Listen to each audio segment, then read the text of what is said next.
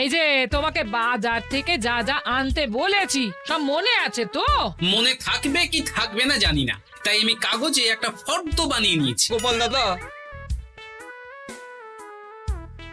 পুটির মায়ের দাঁতের যন্ত্রণাটা আরো বেড়েছে। কাল সারা রাত যন্ত্রণায় ছটফট করেছে। আমাদের বৈদ্যমশাই দাঁতের শল্য চিকিৎসা শিখতেই বাইরে গেছেন, আজকের মধ্যেই আশা করি চলে আসবেন। কিন্তু ও যে আর পারছে না। শোনো, তুমি একটা তুলোর মধ্যে লবঙ্গ তেল দিয়ে পুটির মায়ের যে দাঁতে ব্যথা হচ্ছে তার গোড়ায় রাখো। বৈদ্যমশাই এলে আমি তোমাদের বাড়িতে যেতে বলছি। আচ্ছা গোপাল দাদা।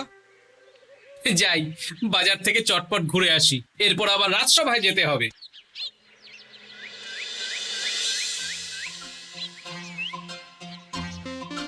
উফ, কি গরম রে বাবা, ছাতা নিয়ে বেরোলে ভালো হতো। এই তো সামনে আখের রস বিক্রি হচ্ছে, একটু আখের রস খাই, শরীরটা বেশ চাঙ্গা লাগবে। ভাই, আখের রস কত করে দিচ্ছ? 1 ভাঁড় 10 আনা গোপাল দাদা। দাও দেখি 1 ভাঁড়। আরে, এই যন্ত্রটা কিন্তু দারুণ। ওই আমাদের রাজ্যের বিজ্ঞানী মশাইয়ের অবদান।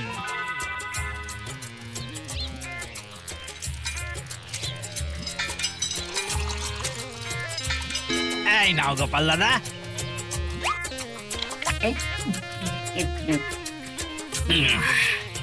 আহ, শান্তি।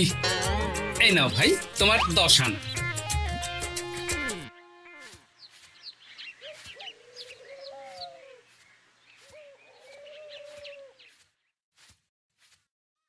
কি রাজবৈদ্য, এই ফিরছো নাকি? হ্যাঁ, এতদিন আমি দাঁতের চিকিৎসার ব্যাপারে তেমন কিছুই জানতাম না, এবার সব শিখে এসেছি। ভালোই করেছো, তুমি একেবারে প্রথম রোগীকে দেখে তারপর রাজসভায় এসো। প্রথম রোগী? পুটির মা গো, কালকে সারা রাত যন্ত্রণায় ঘুমোতে পারেনি। আরে আর বলো না, কদিন আগেই পুঁটির মাকে নিয়ে পুঁটির বাবা আমাদের বাড়িতে এসেছিল। দেখলাম ওই বাড়ির দাঁতে বিস্তর সমস্যা। সেই জন্যে দাঁতের শল্য চিকিৎসা শিখতে চলে গেলে? ঠিক তাই, আমি ব্যথা কমার পথ্য দিয়ে এসেছিলাম। দেখি এবার দাঁতটা তুলেই দিতে হবে। তাহলে তুমিও পুটিদের বাড়িতে যাও, আমি বাড়িতে থলে রেখে আসছি। আজ না হয় দুজনে একটু দেরি করেই রাজসভায় যাব। বেশ বেশ।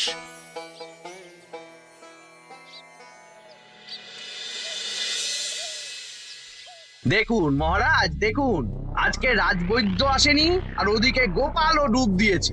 এই আনন্দে আমাদেরও ছুটি দিয়ে দিন মহারাজ। কি আনন্দে? এই গরমে বাড়ি বসে একটু আমপানার শরবত খাবো আর ঘুমবো। রাজ্যের সেনাপতি যদি বিশ্রামের কথা বলি, তাহলে আমার আর কিছুই বলার নেই।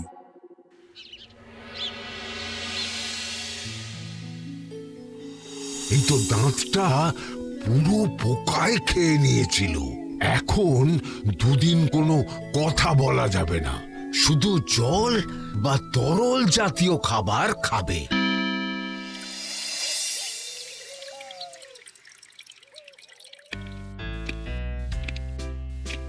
ওই তো গোপাল আর রাজবৈদ্য দুজনে একসাথে রাজসভায় ঢুকছে। রাজবৈদ্য মশাই ওনার জীবনের প্রথম শল্য চিকিৎসা করছিলেন, তাই আমিও দেখছিলাম। তা কি রাজবৈদ্য, সফল হয়েছ? হ্যাঁ মহারাজ, পুঁটির মায়ের একটা মাড়ির দাঁত পোকায় খেয়ে নিয়েছিল, সেটাই তুলে দিলাম। ভালোই হলো, আমাদের রাজ্যে কোনো দাঁত তোলার বৈদ্য বা চিকিৎসক ছিল না। এখন তুমি সাধারণ রোগ ব্যাধি নিরাময়ের সাথে সাথে দাঁতের চিকিৎসাও করবে। কিন্তু মহারাজ, একটা যে সমস্যা আছে। আবার কি সমস্যা? আমি যে দাঁতের শল্য চিকিৎসা করি এটা তো আর রাজ্যবাসী জানে না, তাই কতজন আর আমার কাছে আসবে সে নিয়ে আমার সন্দেহ আছে। মানে তুমি চাইছো যাতে তোমার কাছে বেশ কিছু রোগী তাড়াতাড়ি আসুক, যাতে তুমি অনুশীলনও করতে পারো, তাই তো?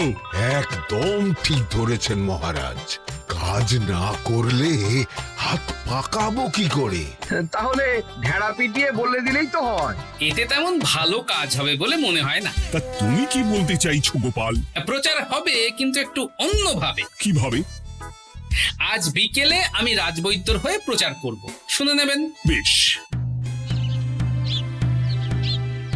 শুনুন শুনুন শুনুন, আমাদের কৃষ্ণনগরের রাজবৈদ্য এখন দাঁতের শল্য চিকিৎসাও করছেন। যারা যারা আমাদের রাজবৈদ্যের কাছে দাঁত তোলাবেন, তাদের দাঁত তোলার পরে 2 দিন কোনো শত্রু থাকবে না। চিকিৎসার সময় সকাল 7টা থেকে সকাল 10টা পর্যন্ত।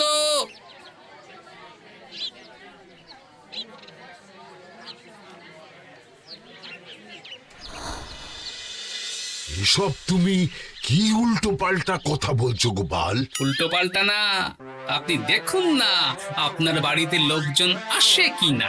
আর কেউ যদি জিজ্ঞাসা করে যে এই রকম প্রচারের কারণটা কি, তাহলে বলবেন রাজসভায় আমার সাথে কথা বলতে আমি বুঝিয়ে দেব। বেশ।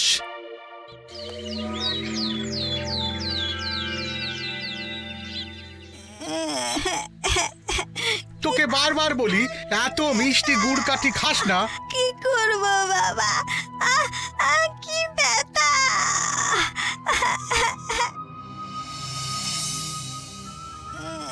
বাড়ি আছেন নাকি বৈদ্য মশাই? হ্যাঁ, আছি আছি। এই আমার ছেলেটার না দাঁতে খুব ব্যথা 2 দিন ধরে। দেখছি। তা আপনাকে তো এই রাজ্যে আগে দেখিনি। আমি পাশের রাজ্য থেকে আসছি। শুনলাম আপনার কাছে দাঁতের শল্য চিকিৎসা করালে আগামী 2 দিন কোনো শত্রু থাকবে না। ঠিকই শুনেছেন। বেশ, তাহলে বলুন কেন থাকবে না? আগে চিকিৎসাটা করি, তারপর বলছি।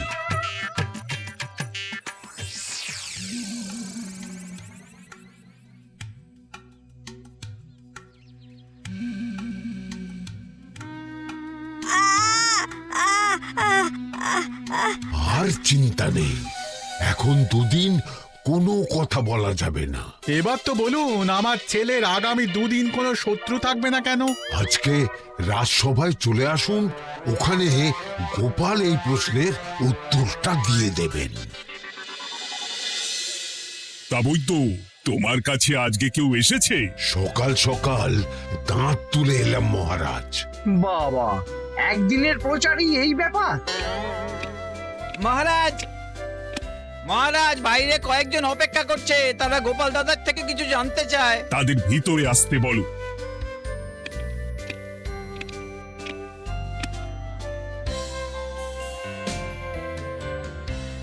আজ আমার ছেলে বৈদ্য মশাইয়ের কাছে একটা দাঁত তুলিয়েছে।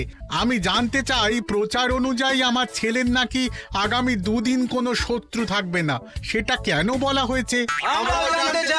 বলতে পারি, কিন্তু কথা দিতে হবে। এই কারণটা বাইরে আর কাউকে বলা যাবে না। বেশ, বলবো না। বাংলায় একটা প্রবাদ আছে, বোবার শত্রু নেই। মানুষ সাধারণত কথার বিনিময়ে মতবিরোধ, বিবাদ বা শত্রুতা করে।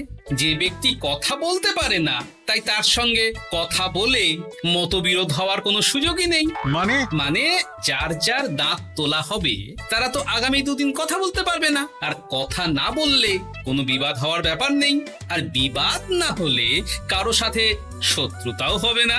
কি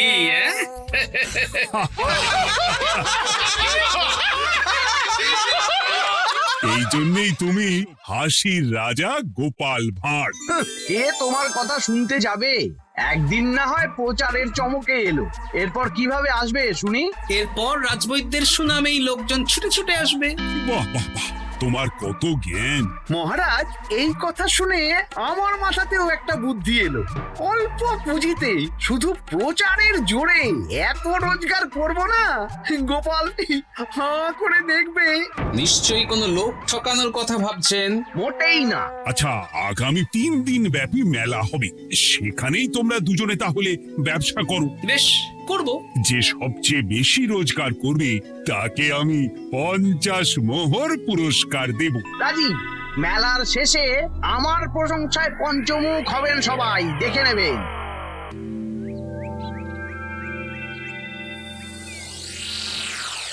খুব তো বড় মুখ করে বলে এলেন যে ব্যবসা করবেন মেলার মাঠে। তা আপনি কি ব্যবসা করবেন শুনি? ভাগ্য পরীক্ষার দোকান দেব।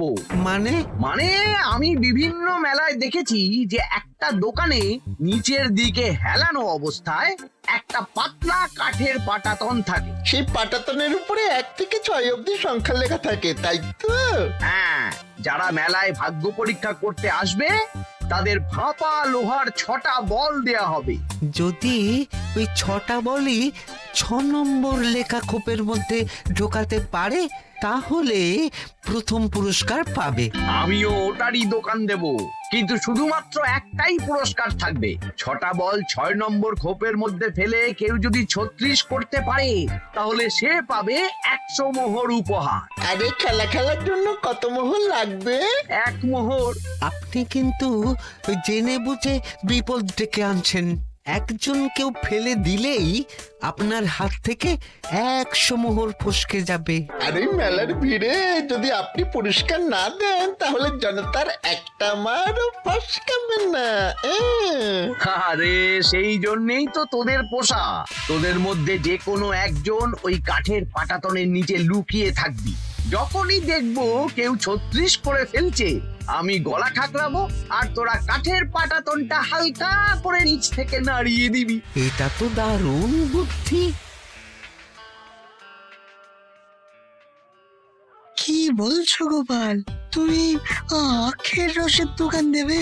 হ্যাঁ, এই গরমে আখের রসের বেশ চাহিদা। তোমার বানানো ওই যন্ত্রের চাকা ঘোরাবো আর আমার ভাগ্যের চাকা ঘুরবে। সে ঠিক আছে, আমার কয়েকটা যন্ত্র বানানোই আছে। তুমি না হয় মেলায় ব্যবহার করো 3 দিন। ব্যাস, আর চিন্তা নেই। এবার শুধু জমিয়ে আখের রস বিক্রি করব, সাথে বিভিন্ন মশলা, বরফ আর পাতিলেবুর রস দেব।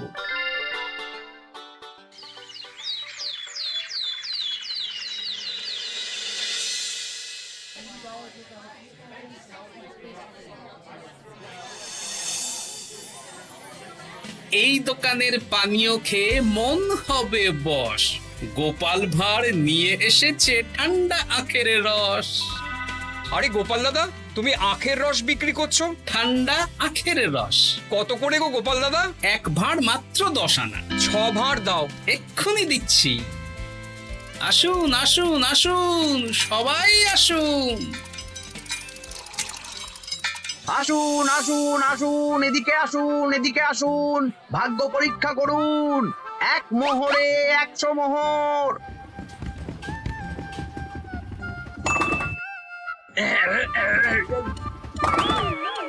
ভাগ্য পরীক্ষা করুন। মন্ত্রী মশাই বলেন কি 1 মোহরে 100? তুমিও ভাগ্য পরীক্ষা করাবে নাকি? একবার বাজিয়ে দেখতে দোষ কি? দাও, আখের রস খেয়ে বরং চলে যাই। এই তো হয়ে এসেছে।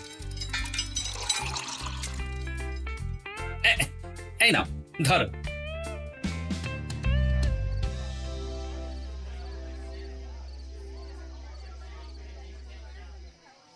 কি মন্ত্রী, ব্যবসা কেমন চলছে? ভালোই।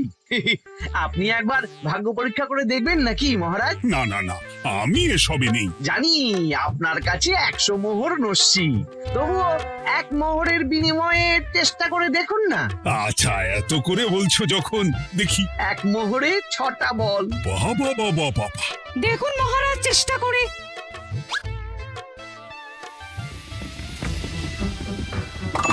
এই তো একটা 6 পড়েছে, আবার চেষ্টা করুন। জয় মা জয় মা। আবার 6। সাবাস। দেখুন হয়ে যেতে পারে, আর তো মাত্র 4টে বাকি। দেখি তৃতীয়টা। আরে পাস, আবার 6। নিন খেলুন। এই যা, হলো না। আরেকবার প্রথম থেকে চেষ্টা করবেন নাকি মহারাজ?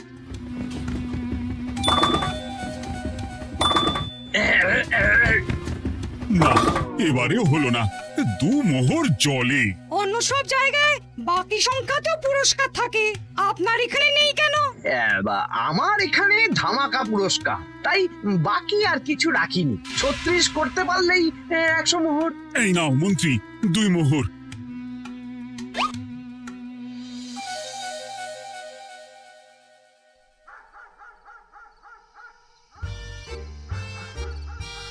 কি মন্ত্রী মশাই, আর তো মেলায় লোকজন নেই, বাড়ি যাবেন না?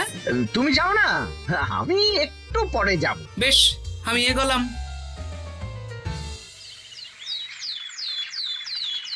গোপাল আর মন্ত্রী, তোমাদের কার কেমন রোজগার হয়েছে একদিনে? মহারাজ, কালকে আমার 7 মোহর 20 আনা রোজগার হয়েছে। আমার 70 মোহর, কিন্তু খরচ কিছুই হয়নি, কারণ কেউ 36 করতে পারেনি মহারাজ। বাহ বাহ বাহ! আমি তো বলেছিলাম আমি যখন ব্যবসা করব গোপাল আমার ধারে কাছে দাঁড়াতে পারবে না। বেশ, এখনো তো আজ আর কাল 2 দিন মেলার বাকি আছে। দুদিনেও আমার 2 কানা করিও খরচ হবে না, শুধুই রোজগার। গোপাল যতই প্রচার করুক আর যতই ভালো আখের রস বানাক না কেন, আমার ব্যবসাকে টপকাতে পারবে না। ঠিক আছে, আজকে আমি একবার ভাগ্য পরীক্ষা করে দেখব। আমার দোকানে সুস্বাগতম। নাও সেনাপতি, চেষ্টা করে দেখো। দিন বল। আমিও সেনাপতির খেল দেখতে এলাম। প্রথম বল, এই যে গড়িয়ে গড়িয়ে গড়িয়ে 6 নম্বর, সাব্বাস সেনাপতি। আবার 6, তৃতীয়, চতুর্থ, পঞ্চম। আরেকটা ফেলতে হবে। নাও সেনাপতি, ষষ্ঠ বল, এই যা, হলো না। এটা কি হলো? আবার চেষ্টা করো তো সেনাপতি। হ্যাঁ, 3টে হয়ে গেছে, এবার 4 নম্বর। এই যা, 4 নম্বরে চলে গেল। ধুর চাই। ব্যাপারটা কি? মন্ত্রী মশাই গলা খুসখুস করার পরের বলটাই পরপর 2 বার অন্য ঘরে পড়ল। নিশ্চয়ই কোনো রহস্য আছে। না, আজকে রাতে ব্যাপারটা দেখতে হবে। চলুন মন্ত্রী মশাই, পুরো মাঠ ফাঁকা, একা একা মশা মারবে নাকি? আমি পরে যাব, তুমি যাও তো। বেশ। ব্যাপারটা কি? আমাকে তো নজর রাখতে হচ্ছে। না, একটা গাছের পিছনে লুকিয়ে পড়ি, মন্ত্রী মশাই গেলে ওনার পিছু নেব। দেখুন মন্ত্রীমশাই, পরপর 2 দিন আমি পাটাতনের নিচে ছিলাম। আগামীকাল ঘরটাকে থাকতে বলুন। বেশ, তাই হবে। আর অত জোরে গলা খাঁকড়াবেন না, কেউ যদি সন্দেহ করে ব্যাপারটা বুঝে যায় মুশকিল হয়ে যাবে। আরে কেউ বুঝবে না, অনেক রাত হলো, চল চল চল চল চল। আচ্ছা, এই ব্যাপার। তাই ভাবি 2 দিন ধরে একটাও কেউ পারলো না কেন? কাল আমিও মজা দেখাবো।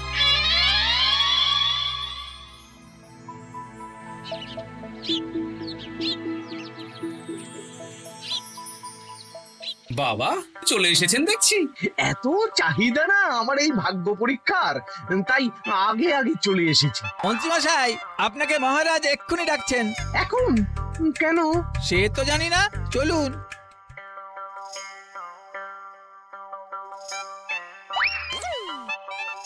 এই বেটা ঘটা, এবার বেরো। এ কি গোপাল দাদা, তুমি? হ্যাঁ আমি।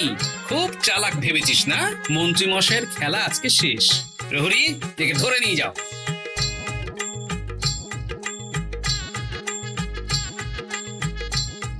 বিজ্ঞানী, তুমি তোমার চুম্বক নিয়ে এসেছো তো? হ্যাঁ, এবার 6 নম্বরের নিচে একটা টান টান করে সমান রেখা টানতে হবে, আগা থেকে গোড়া অবধি। তুমি তো সব সকালে বুঝিয়েই দিয়েছো। দাঁড়াও, দাগটা টেনে নি। একদম 6 নম্বর খোপ অবধি যাচ্ছে, সেই অনুযায়ী টান টান করে দাগ টানো। টানছি, তুমি বাইরে নজর রাখো। নজর রাখছি। কাজ হয়ে গেছে, তুমি একবার অনুশীলন করে দেখে নাও। হ্যাঁ দেখছি। শুরু করো। শুরু করছি। একদম পাক্কা আছে। দূর, কেউ ডাকেনি, অকারণে সময় নষ্ট করলো। কতগুলো খদ্দের ফিরে গেছে কে জানে। কি হলো মন্ত্রী মশাই, এত রাগ কিসের? রাগ হবে না, ওরই বেটা আমার সাথে মজা করছিল। বেশ অনেকজন খদ্দের ফিরে গেল, আমার কত ক্ষতি হয়ে গেল। আমি খেলে আপনার ক্ষতিপূরণ দিতে পারি। কি, তুমি খেলবে? হ্যাঁ, ভাগ্য পরীক্ষা করতে দোষ কোথায়? ওই তো বেশ কয়েকজন সভাসদের আসছেন, সবার সামনেই খেলবো। তাহলে শুরু করি। হ্যাঁ, শুরু করো। এই বল যা, 6 নম্বরে যা। আরে বাস, গোপালের ফেলাপল তো গড়ালো না, সোজা 6 নম্বরে চলে গেল। এই দেখুন, আবার যাবে। বলকে আমি বলবো, বল কথা শুনবে। এই বল যা তো, 6 নম্বরে যা। আবার ছয়। কি এটা কি হচ্ছে? যা বল, এটাও 6 নম্বরে যা। আবার 6, 100 মোহর। হ্যাঁ, এটা কি করে হলো? দিন মন্ত্রী মশাই, 100 মোহর দিন। ইয়ে না, মানে মন্ত্রী দাও বলছি। আমি আবার খেলবো। 6,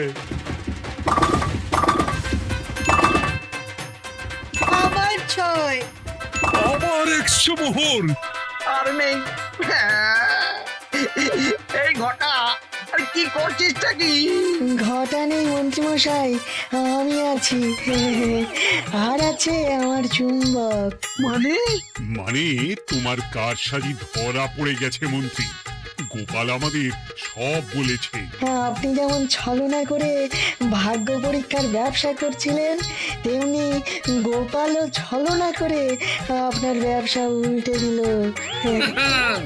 তাহলে শেষমেশ কে জিতলো? হাসির রাজা, জ্ঞানীর রাজা, রসিক রাজা গোপাল ভাঁড়। লোকের ভাগ্য